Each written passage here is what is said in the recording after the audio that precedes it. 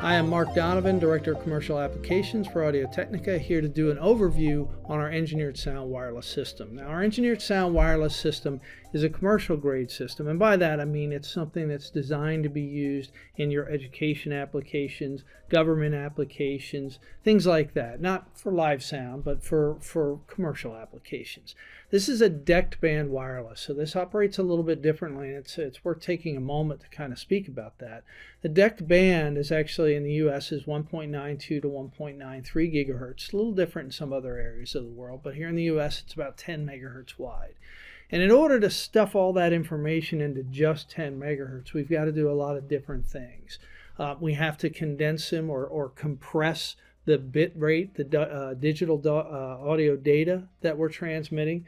And we also have to do things like time sharing in order to get a reasonable amount of channels in there. So the nice thing about that is that actually provides a pretty high channel count. So we're able to do in standard mode, we're able to do 48 channels, and in high density mode, we're able to do 96 channels. Now the difference between them is not going to be a trade-off so much in audio quality, although you're going to get a slightly different or slightly lower audio bit rate in the high density mode, but you are going to get a little bit more latency. So you're going to move from that 18 millisecond range roughly to 28 milliseconds. Now, of course, if you're out there looking at this from a live standpoint, you can see why I called this a commercial wireless, because those kind of latency levels aren't really going to lend themselves well to live performances.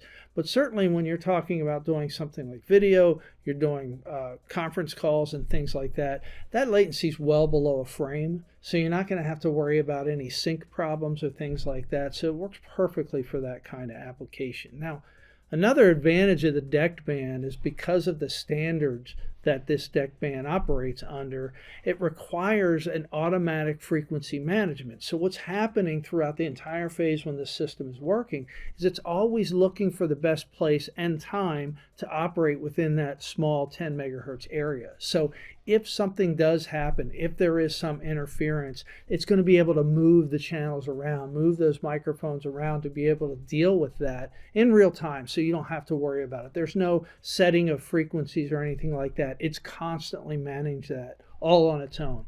Now, it is worth mentioning that DECT band has been around for a long time. It's actually digital enhanced cordless telecommunications, which originally was digital enhanced cordless telephones, and actually goes back more than 20 years as to when they were using the DECT band. But there's been a lot of advancements since then, and a lot of wireless microphones that are out on the market today that operate in the DECT band have used different technologies when they've been operating in those bands. Now, this is a fairly new system. It's only about a year and a half old or so. It came out in 24, late 23, 24.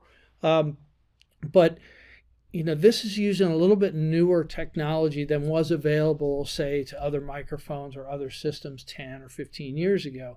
And that actually gives us a much more robust RF signal. And what that means is in situations where you may have had difficulty in DECT band, and especially in urban environments 15 or 20 years ago or so, this is able to navigate those RF landscapes much, much better. It's a much more robust RF link. So we've got that, and actually some other really cool things. So first thing I want to talk about here, I want to show you guys is, this is our receiver. So this is your receive point. It's an 8-channel receive point. It looks like a wireless access point. That's kind of by design, as it were. The only connections that you have on here is on the back. You have a couple of RJ45 connectors. You've got an A and a B port. And what that is by default, the A port, it's a single cable mode where a single cable coming into the A port is going to give you power. It's going to give you Dante, and it's also going to give you network control, but you can split those so that your A port has Dante and PoE and your B port has network control. But this is all there is to the receiver. There is no rack mount device or anything like that. This is it, and this can handle 8 channels. So how many channels total can you deal with then? Well, this one, of course, this one piece here is 8 channels, but you can actually repeat. You can put more receive devices in a room. And the maximum numbers in the standard mode, it's 48 channels. In the high density mode, it's 96 channels. Again, you need one of these for every 8 channels.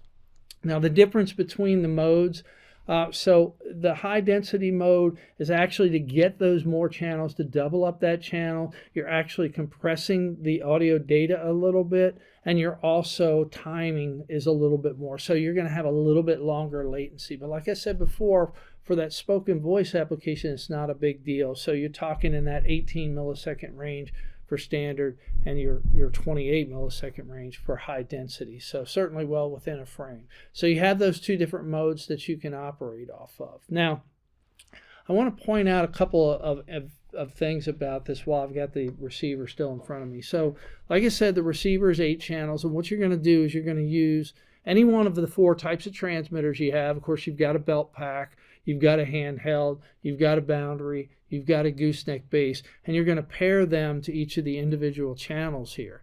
Now, we have a couple of interesting modes in here that I think are important to mention. One of those modes is something that's referred to as the multi-pair mode, which means that I can assign more than one transmitter to a single Dante channel on this. So the example might be, let's say that I've got we know somebody's going to be coming into a room and presenting. What we don't know is we don't know if they're going to use a belt pack or whether they're going to use a handheld.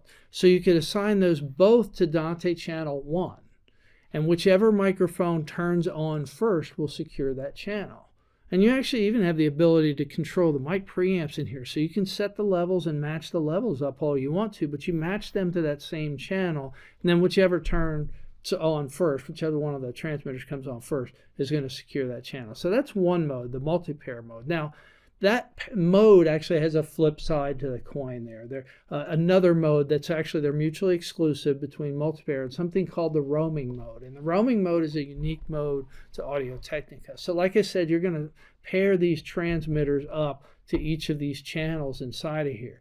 But what the roaming mode allows you to do is it allows you to mirror those pairings on up to 5 different receive points, which means 5 different rooms. So let's say, for example, I'm an instructor, and today, this morning, I'm running my class in this room, but this afternoon I'm going to be in a different room. Well, all I have to do is take this transmitter with me, and as soon as I leave this room, when that RF threshold drops below a level, which you set that, it's actually going to disconnect from this. This will release it. And then when you go into the other room that has another one of those roaming group, another one of those mirrored receivers on it, it will automatically connect to that. There's no longer anything that you have to do. I don't have to put this in a charger, repair, or do anything. It's going to automatically click over that. So that's a unique mode that we have available with our DECT system, the Engineered Sound Wireless system. So let's talk a minute about the transmitters that we have. So I've got them arrayed out here in front of me, these 4 different transmitters. By the way, there is another video that we have on the YouTube channel that actually goes through each one of those so that you can hear them, so that you can actually hear the differences between them. But I want to go over some of the other characteristics right now with them. So I'll start over here with the gooseneck microphone. This is the T4107. That's our gooseneck microphone. We actually have 6 different lengths of gooseneck that we can put on here. They're 6, 12, 15, 18, 21, and 24 inches long.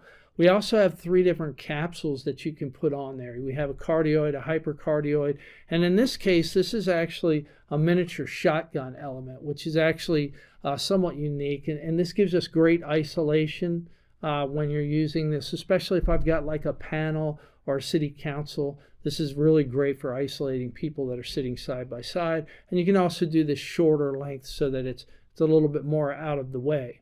You notice it's got a nice LED ring on the gooseneck as well as on the back. And the button, of course, that's a capacitive touch switch there, so it makes it easy to switch between them. And also you have on the back here, and that's not particularly easy to see here, you have right here, which is a USB-C connector. That USB-C connector is used for recharging. It's an option, but also if you notice on the bottom, there's actually these contacts, which is for a charging bay that it can lay down in, and I'll talk about that in just a few minutes. But obviously this has a rechargeable battery built into this. So this microphone, actually, because it has a lot more electronics on it, is actually going to have the shortest battery life out of all 4 of them. But that's still a 17-hour battery life that you're going to get out of this. And it's quick charge. So in the charger, you can charge this thing go from flat nothing to full charge in 2 hours. So as little as 2 hours, so that you can actually get that charged up pretty quick. So that's the 4107. So now I'm going to go on to the next one, the 4106. It's got a very similar footprint. It's got that same USB-C connector. It's got that same LED in the back, capacitive touch switch on here. But built into here, you have actually a couple of elements. So you have 2 elements built into here. You have an omnidirectional element and a cardioid element. And you can actually, through the software, you can choose which one of those you want. So you don't have to have a couple of different SKUs. You can choose those different ones. This has fewer electronics to push on this, so this actually has a little bit longer battery life on it, and this one's going to shake out at 22 hours for the battery life on this one. Now moving up in the battery life world here, the next one online comes the belt pack. Now the belt pack is the only one of the transmitter that's not made out of metal, and the reason for that is because we have a lanyard that comes with it, and this lanyard is used obviously for hanging this around your neck. Now, that's a convenient way for, say, an instructor or a guest presenter to be able to use this. Then I have to clip things on their clothes. And also, and this is extraordinarily difficult to see on camera, but I'm going to try anyways.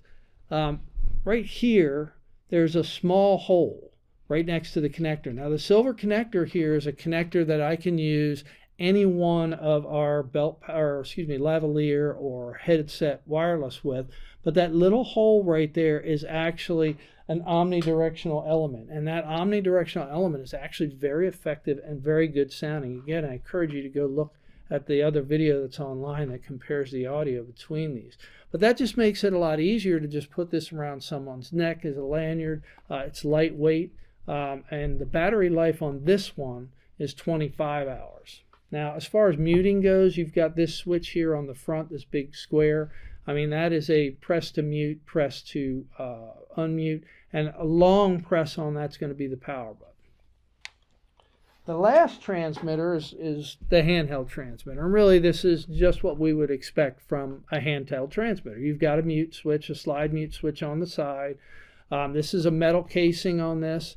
It's got interchangeable capsules, so out of the box, it actually comes with a dynamic cardioid element, but we actually have a total of 6 different elements we can put on here. We have a few different, actually 3 different dynamics and 3 different condensers that we can put on there for a lot of different reasons. Sometimes if you're using a microphone that's going to pick up a little bit more distance away, you may want to choose the condenser element as opposed to the dynamic, which this is, which was designed to be used close up. Now this actually has a different battery in it than the other 3 transmitters that we looked at. So this one actually has got a longer life to it. The life on this battery is 35 hours. So on one charge, this thing can get you 35 hours of operation. So speaking of charges, I did want to take a minute to show you this because this is a rather important piece of equipment here. So this, which actually is 2 pieces, it may look like one, but it's actually 2. So you've got a 4-bay charger and a 2-bay charger. Now they are linked together. You can link these together, and actually I'll flip it over here. You can see it's actually got a link plate on there, and you really can't see it. Maybe you can see it here, but you have this little connector which actually allows you to link more together. So I can link together a total of 8 bays. So this is 4 bays and this is 2. So I could put 1 more on here for a total of 8 bays to give us that total there, or I could disconnect them and I could use 2 of these or 4 of these, whatever combination. 8 is the maximum. And 8 of them can run on a single network connection and a single power connection. Now the network connection, it's important that I mention that because obviously you can go and do monitoring, things like that.